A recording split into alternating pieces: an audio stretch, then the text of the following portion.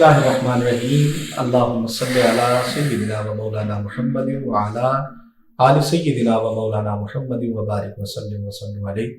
ناظرین، رمضان المبارک کی بارونق اور پروقار سعادتیں اللہ کریم نے ہمیں زندگی میں ایک بار پھر نصیب فرمائیں۔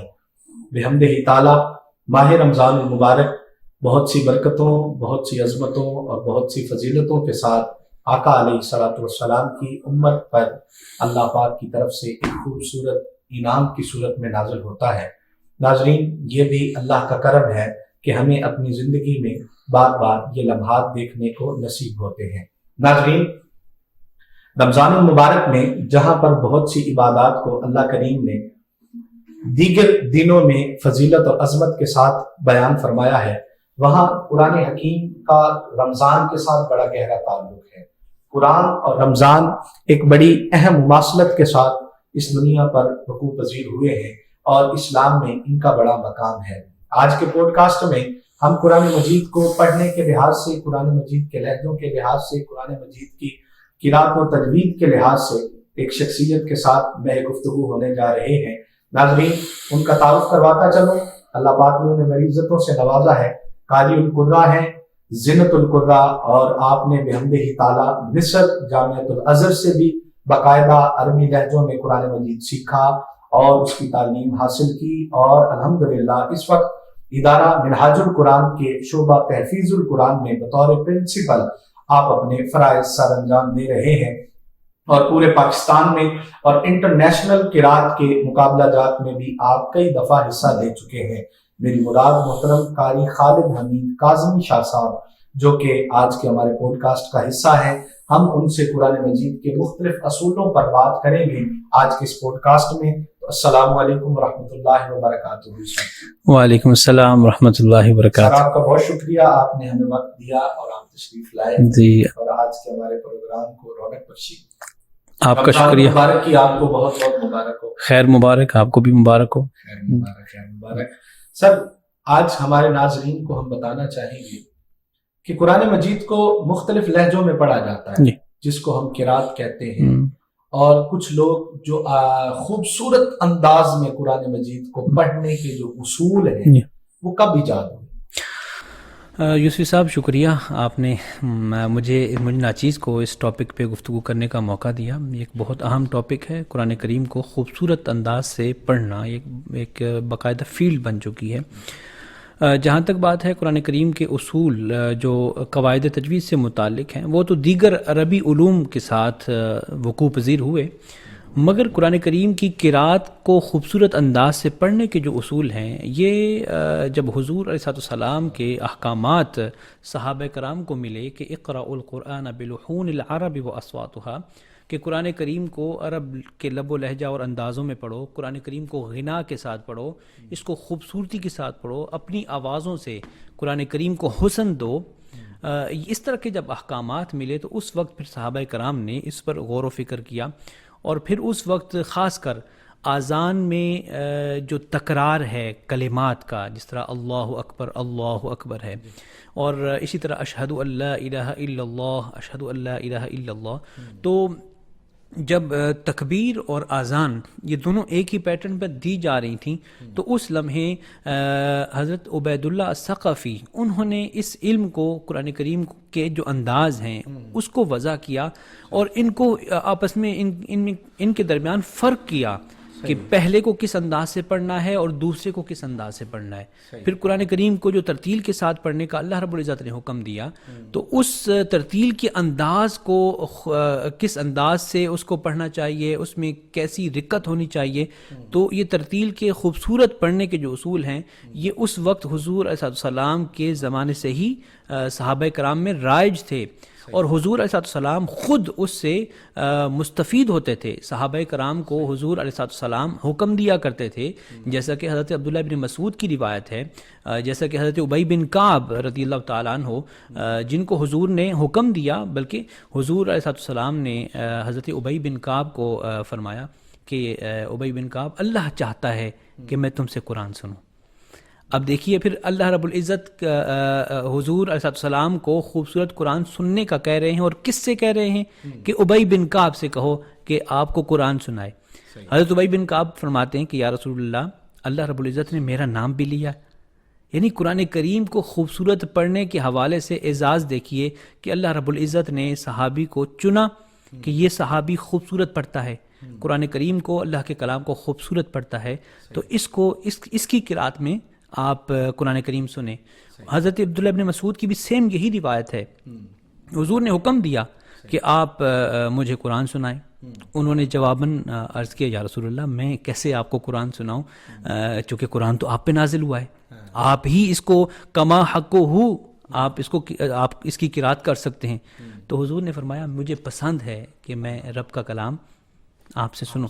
جی تو اب یہ جو خوبصورت پڑھنے کے جو قوانین ہیں یہ اس وقت ہی رائج ہو چکے تھے، مگر تحریراً جو ہے تحریری شکل میں وہ بعد ازاں اس کو تحریری شکل دی گئی. اور یہ آج سے تقریباً 150-200 سال پہلے عثمانی سلطنت میں یہ قواعد رائج ہو چکے تھے. مصر میں اس کا خاص اہتمام ہوتا تھا. فن مقامات کا نام دیا گیا ہے اس علم کو کہ اس میں باقاعدہ قرآن کریم کو خوبصورت پڑھنے کے لہجے سکھائے جاتے ہیں، جس میں مقام حجاز ہے، مقام رست ہے، مقام سیکا وغیرہ. صحیح ہے. تو کرشب قرات کے اصول جو ہیں وہ جیسے آپ نے بتایا کہ آقا علیہ الصلوۃ والسلام کے دور سے ہی ایجاد ہو گئے تھے، تو پھر آگے جیسے اسلام پھیلتا گیا تو اسلام عجموں میں آتا گیا، تو اب وہ جو ان لوگوں کے لیے اصول تھے کیا اجمیوں کے لیے بھی وہی اصول ہے؟ بالکل صحیح فرمایا. اجمیوں کے لیے وہی اصول ہیں، چونکہ حضور نے صراحتاً کہہ دیا کہ جو بھی قرآن پڑھنا چاہتا ہے اقرأ القرآن، حضور نے حکم دیا کہ قرآن پڑھنا چاہتے ہو تو عرب کے لب و لہجہ اور آوازوں میں پڑھو. یعنی آپ کے پاس اور کوئی چوائس نہیں ہے. آپ نے اگر رقت کو اپنانا ہے، خوبصورتی کے عنصر کو لے کے آنا ہے، تو آپ اپنے علاقائی جو آپ کا سٹائل ہے، انداز ہے، اس میں آپ قرآن کو نہیں پڑھ سکتے. آپ صرف اور صرف قرآن کو عرب کے لب و لہجہ اور آوازوں میں پڑھو. یہ حدیث پاک میں حضور علیہ السلام نے فرمایا کہ آپ نے صرف اس کا ہی اہتمام کرنا ہے قرآن کی قرات کے لیے کہ اقرأ القرآن بلحون العرب و اصواتها. کتنے لہجوں میں کرشب قرآن مجید کو پڑھا جا سکتا ہے؟ یوسف صاحب بیسک لہجے 8 ہیں. ٹھیک ہے. ہاں جی، اس میں سب سے پہلے مقام بیات ہے، مقام رست ہے، مقام سیکا ہے، مقام صبا ہے، مقام نہاون، مقام حجاز، مقام عجم اور مقام کرد. یہ بیسک بنیادی لہجے ہیں 8 اساسی لہجے ان کو آپ کہیں، ان کو اساسی مقام کہہ سکتے ہیں، مقامات کہہ سکتے ہیں. ان کی شاخیں ہیں، ہر مقام کی کسی کی 3 شاخیں ہیں، کسی کی 4 شاخیں ہیں، اور یہ اتنی شاخوں میں بڑھ چکے ہیں یہ سٹائلز. پھر ایسا بھی ہے کہ 2 سٹائل کو آپس میں اگر جوڑ دیا جائے تو ایک نیا مقام کریٹ ہو جاتا ہے، ایک نیا لہجہ بن جاتا ہے. صحیح. تو اس طرح تقریباً 360 کے قریب اس وقت جو معاشرتی طور پہ ہمارے پاس جو سننے کو مل رہے ہیں وہ تقریباً 360 کے قریب لہجے ہیں. صحیح. ہاں، جو قرآن کریم کو یا عربی جو اناشید ہیں ان میں ان کا استعمال ہوتا ہے. صحیح ہے. تو یہ جو جتنے بھی لہجے ہیں، جتنے 360 آپ نے بتائے، یہ کیا ایسا بھی ہے کہ عرب کے مختلف خطے ہیں، وہاں کے لوگوں کی عربک کے بھی مختلف لہجے ہیں، جی جی، مختلف الفاظی ہے، چیزوں کے الگ میننگز ہیں، کیا وہاں یہ اصول بدل جاتے ہیں یا سیم ہی رہتے ہیں؟ یقیناً ایکسنٹ ہر آپ علاقے چونکہ عرب ممالک میں رہے ہیں ماشاءاللہ، تو ایکسنٹ ہر علاقے کا الگ ہے، منفرد ہے. ٹھیک ہے. اب اصول اور قاعدہ ہر مقام کا ایک ہی ہے، مگر اس کو پڑھتے وقت آپ کو میں اگر مثال دوں تو آپ کو اچھے سے سمجھ آئے گی کہ اگر آپ کسی پشتو والے سے اردو میں بات کروائیں تو آپ کو محسوس ہوگا کہ یہ اردو تو بول رہا ہے مگر اس کا انداز پشتو والا ہے. قواعد تو اردو والے ہی ہیں مگر اس میں اس کی جو مادری زبان کی جو مٹھاس ہے یا اس کا جو ایک اثر ہے وہ برقرار ہے. اسی طرح ہر علاقے سے، یعنی عرب کنٹریز میں بھی ہر علاقے کو چھوڑ دیں، آپ ہر قبیلے کی بات کریں کہ ہر قبیلے کا اپنا ایک مزاج تھا، اپنا ایک اس کی مادری لینگویج تھی، اس ایکسنٹ سے اس نے اس لہجے کو اپنے ہی انداز سے پڑھا. صحیح. ہاں، بیسک رول اور قانون ایک ہے مگر اس کو پڑھنے کا سٹائل مختلف ہے. اگر مقام بیات اگر اہل عراق پڑھیں گے منفرد انداز ہوگا, اہل مصر پڑھیں گے منفرد انداز ہوگا, ٹھیک ہے. سیکا اگر اہل مصر پڑھیں گے ان کا انداز تھوڑا سا مختلف ہوگا. تو اس طرح علاقہ وائز بھی ان لہجوں میں تھوڑا بہت مائنر سا فرق ہے. تو کیسا صاحب پاکستان میں موسٹلی آپ نے کیا دیکھا, کون سا طریقہ زیادہ رائج ہے؟ پاکستان میں زیادہ تر مقام بیات کو پسند کیا جاتا ہے, مقام سیکا کو پسند کیا جاتا ہے. مقام بیات کی کوئی ایک چھوٹی سی آیت آپ تلاوت فرمائیں گے؟ اعوذ باللہ من الشیطان الرجیم, بسم اللہ الرحمن الرحیم. سبحان. والتین والزیتون وطور سینین وهذا البلد الامین. سبحان اللہ, ماشاء اللہ ماشاء اللہ. قاری صاحب آپ کتنے عرصے سے آپ نے تحفیظ القرآن جو منہاج القرآن کا ادارہ ہے, حفظ کا شعبہ ہے, اس کو کتنے عرصے سے جوائن کیا؟ میں نے تحفیظ القرآن کو 2019 جولائی سے جوائن کیا اور پارٹ ٹائم جوائن کیا. ابھی مارچ 2024 سے فل ٹائم میں ابھی سروسز دے رہا ہوں تحفیظ القرآن میں بطور وائس پرنسپل. صحیح ہے, صحیح, ماشاء اللہ. تو ہم نے آ کر یہاں پہ دیکھا, یہاں ذرا منفرد ماحول ہے دیگر مدارس سے. تحفیظ القرآن دیگر اداروں سے منفرد کیا دے رہا ہے؟ بہت اچھا سوال ہے. تحفیظ القرآن بنیادی طور پہ یقیناً اس کے نام سے ہی ظاہر ہو رہا ہے کہ یہ حفظ القرآن کا ادارہ ہے. بالکل, یعنی اس میں ہمارا فوکس تو حفظ القرآن پر ہے. حفظ القرآن کے ساتھ ساتھ ہم اسکول کی تعلیم کو بھی ساتھ لے کر چلتے ہیں. یعنی ہم بچے کو اس کی اسکول کی تعلیم سے الگ نہیں کرتے. ہماری روزانہ کی بنیاد پر اسکول کی کلاس بھی ہوتی ہے. ہم 5ویں پاس بچہ لیتے ہیں, عمر اس کی 11 سال ہوتی ہے, اور اس کے بعد 6, 7, 8 کے ساتھ ہم 3 سال میں اس کو حفظ کرواتے ہیں. یہ ہمارا دوسرا شعبہ ہے حفظ القرآن کے ساتھ.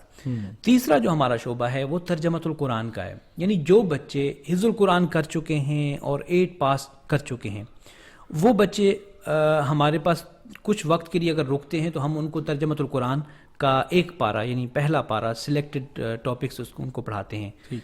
ابھی ریسنٹلی جو ہم نے اس پہ ورکنگ کی ہے اس میں ہم نے ایک پارے پہ ورکنگ کی ہے. پہلا پارہ ان کو ترجمۃ القرآن کا ہم کرواتے ہیں اور اس کی ہم پریکٹس کر چکے ہیں. ٹھیک ہے. چوتھا شعبہ ہے ہمارا شعبہ تجوید و قرات. یعنی کہ جو بچہ ہمارے پاس 3 سال میں حفظ بھی کر لیتا ہے, 8 پاس کر لیتا ہے, مڈل پاس ہو جاتا ہے, اب اس کو ہم آپشن دیتے ہیں کہ وہ ہمارے پاس ہی رہ کر اپنی منزل کی ریویژن بھی کر سکے, اور 2 سال 9th اور 10th کو بھی دے سکے, یعنی میٹرک بھی ہمارے پاس ہی کرے. اور تیسرا جو اسی کورس میں ایک اہم چیز ہے وہ ہے تجوید و قرات. 2 سال کا تجوید و قرات کا کورس بھی ہم اس کو کرواتے ہیں. اب ہمارے پاس جو بچہ ہے دیگر اداروں سے منفرد کیسے ہے کہ ہم اس ادارے میں حفظ القرآن بھی تحفیظ القرآن یعنی اس کو حفظ بھی کروا رہے ہیں, اس کو اسکول بھی پڑھا رہے ہیں, اور اس کے ساتھ ساتھ اس کے تجوید و قرات کے جو احکامات ہیں وہ بھی باقاعدہ 2 سالہ کورس کروا رہے ہیں, اور اس کے ساتھ پھر ترجمۃ القرآن جو ایک اہم ٹاپک ہے وہ بھی کروا رہے ہیں. ہمارے بچے جو ہم سے پاس آؤٹ ہوتے ہیں ان سے ہم پورے قرآن سے ٹیسٹ لیتے ہیں. یعنی مکمل قرآن سننے کے بعد اچھے لحن میں, خوبصورت لحن میں وہ ہمیں سناتے ہیں, اور تمام تر قواعد کے مطابق ہمیں قرآن سناتے ہیں. اس کے بعد ہم اسے پاس آؤٹ کرتے ہیں. یعنی دیگر ادارہ جات میں اگر حفظ ہے تو تجوید و قرات نہیں ہے, حفظ ہے تو اسکول نہیں ہے. صحیح ہے. اگر تجوید و قرات ہے تو خوش آوازی نہیں ہے, اچھا لحن نہیں ہے, تاکہ سننے والا جب قرآن سنے تو وہ قرآن کریم کی طرف اٹریکٹ ہو, اللہ رب العزت کے کلام کی طرف اٹریکٹ ہو. تو یہ امتیازیات ہماری ہیں کہ ہم بچے کو خوبصورت پڑھنا سکھاتے ہیں, اچھا پختہ حفظ کرواتے ہیں, اسکول کی تعلیم دیتے ہیں, اور ساتھ میں ترجمۃ القرآن. اس کے علاوہ جو تربیتی امور ہیں وہ تو منہاج القرآن میں ایک امتیازی حیثیت اس کو حاصل ہے. ماشاءاللہ. تو قاری صاحب آپ کے ادارے کے بچوں نے کبھی کسی کمپٹیشنز میں بھی حصہ لیا ہے, مقابلہ جات میں جو پاکستان لیول پہ یا انٹرنیشنل لیول پہ جیسے ہوتے ہیں؟ پہلے ہم لیتے تھے مقابلہ جات میں، کمپٹیشنز میں حصہ لیتے تھے، مگر بہت سال میں ایک آدھ دفعہ لیتے تھے. مگر چیئرمین آغوش کمپلیکس پروفیسر ڈاکٹر حسین محی الدین قادری صاحب، انہوں نے ہماری توجہ اس طرف دلائی اور انہوں نے حکم فرمایا کہ آپ اپنے بچوں کو قومی سطح پہ اور انٹرنیشنل سطح پہ کمپٹیشن میں حصہ دلوائیں. ٹھیک ہے. یہ دسمبر 2023 سے لے کے آج تک ہم ملکی سطح پہ اور انٹرنیشنل سطح پہ جو بھی کمپٹیشن ہوتا ہے ہم اس میں اپیئر ہوتے ہیں. صحیح. اور الحمدللہ اس وقت ہم جس کمپٹیشن میں بھی گئے ہیں اس کمپٹیشن میں ہماری فرسٹ، سیکنڈ، تھرڈ پوزیشن لازمی آئی ہے. ماشاءاللہ. ایک کمپٹیشن جو انٹرنیشنل کمپٹیشن ہوا ہے اس میں چونکہ ایج لمٹ 18 سے 25 سال تھی اور ہمارے پاس بچہ 11 سے 15 سال تک رہتا ہے، تو اس میں پھر ہمارے ایک ٹیچر انہوں نے اس میں حصہ لیا اور انہوں نے تیسری پوزیشن حاصل کی. تو اس ادارے کا اعزاز ہے کہ ہم اپنے بچوں کو صرف اپنے ادارے تک روکتے نہیں ہیں بلکہ ان کو دیگر ادارہ جات میں اور دیگر یونیورسٹی اور کالجز میں منعقدہ مقابلہ حسن قرات ہوں یا مقابلہ حفظ القرآن ہو، وہ گورنمنٹ کی سطح ہو یا سیمی گورنمنٹ ہو یا گورنمنٹ کے بغیر عام پرائیویٹ ہوں، تو وہاں پہ وہ حصہ لیتے ہیں اور اس میں اپنی پریزنٹیشن دیتے ہیں اور انعام لے کر آتے ہیں. قاری صاحب، ابھی رمضان المبارک کی پر رونق ساعتیں چل رہی ہیں تو ہر جگہ نماز تراویح کا اہتمام ہوتا ہے. ہم نے اکثر دیکھا ہے کہ کئی ایسی جگہیں ہیں جہاں پر قرہ حضرات جو حفاظ تراویح مصلی سنا رہے ہوتے ہیں ان کی سپیڈ بڑی تیز ہوتی ہے. سامعین کو بس یہ پتہ چل رہا ہوتا ہے کہ یہ پڑھ رہے ہیں، لیکن ظاہر ہے مطلب کچھ پڑھے ضروری نہیں حفاظ ہیں لیکن ایٹ لیسٹ لفظوں کی سمجھ تو آ رہی ہوتی ہے نا. لیکن کئی لوگ اتنے سپیڈ میں پڑھ رہے ہوتے ہیں کہ وہ لفظوں کی بھی سمجھ نہیں آ رہی ہوتی. تو آپ اس کے بارے میں کیا کہتے ہیں؟ یہ یوسف صاحب لمحہ فکریہ ہے، اور یقین مانیے کہ جتنے آپ قرآن مجید کے پڑھنے کے فضائل بیان کرتے ہیں آپ اس کے برعکس آ جائیں. یہ قرآن کریم کو اس انداز سے پڑھنا یہ اپنے اوپر لعنت کرنے کے مترادف ہے. حدیث پاک کے کلمات ہیں کہ رب قارئ للقرآن والقرآن یلعنہ، بہت سے لوگ قرآن ایسے پڑھتے ہیں کہ جن پر قرآن لعنت کرتا ہے. اور اس میں سب سے پہلی چیز یہ ہے کہ قرآن کریم کو اس کے قواعد کے مطابق نہ پڑھنا. یعنی جو احکامات ہیں کہ کس لفظ کو کس انداز سے پڑھنا ہے، کس کلمے کو کس انداز سے پڑھنا ہے، آپ اسے تیز تیز پڑھیں گے تو آپ اس کی درست ادائیگی نہیں کر سکتے. اس انداز سے پڑھنے کو لحن جلی سے پڑھنا کہتے ہیں، اور لحن جلی میں قرآن کریم کی تلاوت کرنا حرام ہے. آپ وہ قرآن نہیں پڑھ رہے، وہ کوئی عربی کا کوئی جملہ آپ جب کوئی عربی کا پیراگراف پڑھ رہے ہیں، وہ کلام اللہ نہیں ہے جو قواعد کے بغیر پڑھا جا رہا ہے. تو وہ نہ تو نماز تراویح ہے، نہ وہ اگر فرض نمازوں میں وہ کر رہا ہے تو نہ نماز اس کی اپنی ہے، اس امام کی ہے، اس قاری کی ہے، اور نہ ہی اس کے پیچھے پڑھنے والے مقتدیوں کی ہے. یہ نوٹ کر لیں کہ قرآن کریم کو اگر آپ نے پڑھنا ہے تو آپ کو آہستگی سے پڑھنا ہوگا. صحیح. یہ اللہ رب العزت نے اپنے حبیب صلی اللہ علیہ وسلم کو یہ حکم دیا کہ یا ایھا المزمل قم اللیل الا قلیلا نصفہ او انقص منہ قلیلا او زد علیہ ورتل القرآن ترتیلا. یعنی پورا ایک مضمون ہے.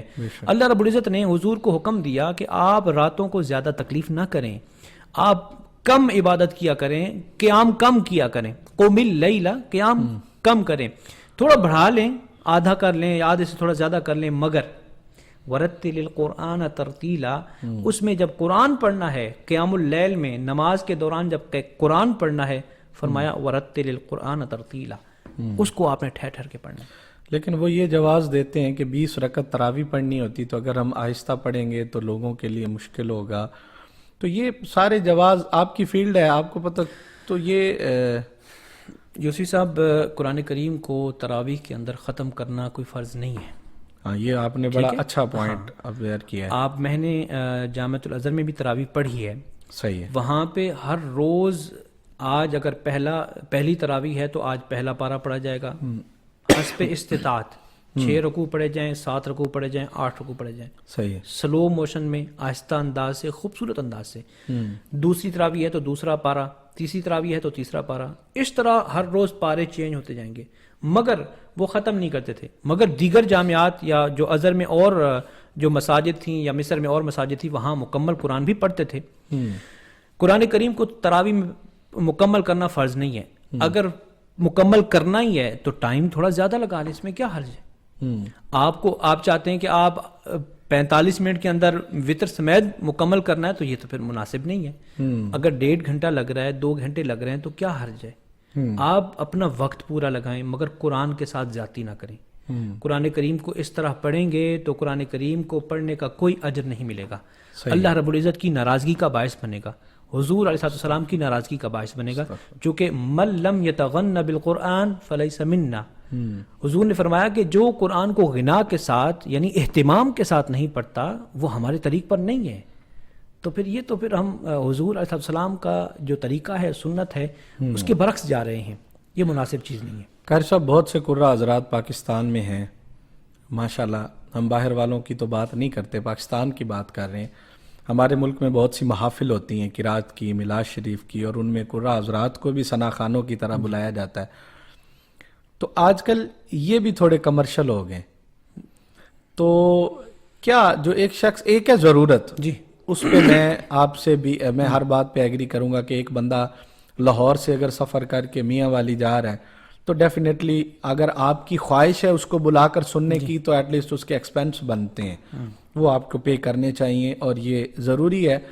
لیکن اب اس پہ بھی ریٹ لگنے لگ گئے، جیسے وہ نعت خانوں نے ریٹ لگانے شروع کر دیے، تو اس پہ آپ کیا کہتے ہیں؟ یہ بڑا ایک ناقدانہ سوال ہے۔ میں خود بھی پروگرامز میں جاتا ہوں، جی ہر کسی کا اپنا ایک طریقہ ہے، مناسب طریقہ یہی ہے کہ آپ لا طلب ولا منع، چونکہ حضور کی سنت ہے، حضور ثنا خان کو یا قاری ہے تو اس کی حوصلہ افزائی فرماتے تھے، تو وہ حوصلہ افزائی اس کو قبول کیا جاتا تھا، چاہے وہ کسی صورت میں ہو۔ تو حوصلہ افزائی کوئی کرتا ہے، کوئی آپ کی خدمت میں پیش کرتا ہے تو آپ قبول کر لیں، ہاں ڈیمانڈ نہ کریں، یا آپ فکس نہ کریں کہ جی آپ نے مجھے اتنے دینے ہیں تو میں آؤں گا یا میرے اکاؤنٹ میں بھجوا دیں، ایسا نہیں۔ لا طلبہ، نہ آپ طلب کریں، ولا منع، اور نہ ہی آپ انکار کریں، کیونکہ زندگی کا نظام ہے۔ اللہ رب العزت نے آپ کو اگر دیا ہے، آپ کو اتنا دیا ہے کہ آپ ہر پروگرام پہ خود جا سکتے ہیں تو یہ بڑی اچھی بات ہے، قرآن کی خدمت ہے۔ نہیں وہ تو ہم نے بات کر دی نا کہ جو اس کے ایکسپینس ہیں وہ پے کرنا اصولاً بنتے ہیں، لیکن کمرشل نہیں ہونا چاہیے، بالکل نہیں ہونا چاہیے۔ میں بالکل اس کے خلاف ہوں، اور شرعی طور پہ میں اس کو اس کا مطلب یہ تو ہے کہ آپ قرآن مجید بیچ رہے ہیں نا، جیسے ثنا خان اگر ثنا خوانی بیچ رہے ہیں، خطبہ اگر واعظ بیچ رہے ہیں، لا تشتروا بآیاتی ثمنا قلیلا، اللہ رب العزت نے خود قرآن میں کہا ہے کہ میری آیات کو یہ قلیل ثمن پہ، قلیل قیمت پر مت بیچو، تو یہ بیچنا ہی ہے۔ قاری صاحب آخری سوال ہے، کیا آپ نے عرب علاقوں میں بھی کہیں قرآن مجید سنایا؟ جی وہاں مصر میں رہ کر مجھے قرآن کریم سنانے کا جو ہے موقع ملا ہے، اور اسی طرح ایک مرتبہ ابو ظہبی میں رمضان المبارک میں نے قرآن مجید وہاں سنایا ہے۔ صحیح، ماشاءاللہ۔ ہمارے ساتھ موجود تھے قاری خالد حمید کاظمی شاہ صاحب، جو بڑے خوبصورت انداز میں آج کے پوڈ کاسٹ میں جنہوں نے ہمیں قرآن مجید کے اصول بتائے، قرآن مجید کے لہجوں میں بتایا، کے بارے میں بتایا، اور اسی طرح یہ اصول کب ایجاد ہوئے اس پر بھی بات ہوئی۔ قاری صاحب نے بہت ساری دیگر خوبصورت گفتگو سے بھی آج کے پروگرام کو خوبصورت بنایا۔ رمضان المبارک کے یہ لمحات آپ کو مبارک ہوں۔ اجازت دیجیے، السلام علیکم ورحمۃ اللہ وبرکاتہ۔ وعلیکم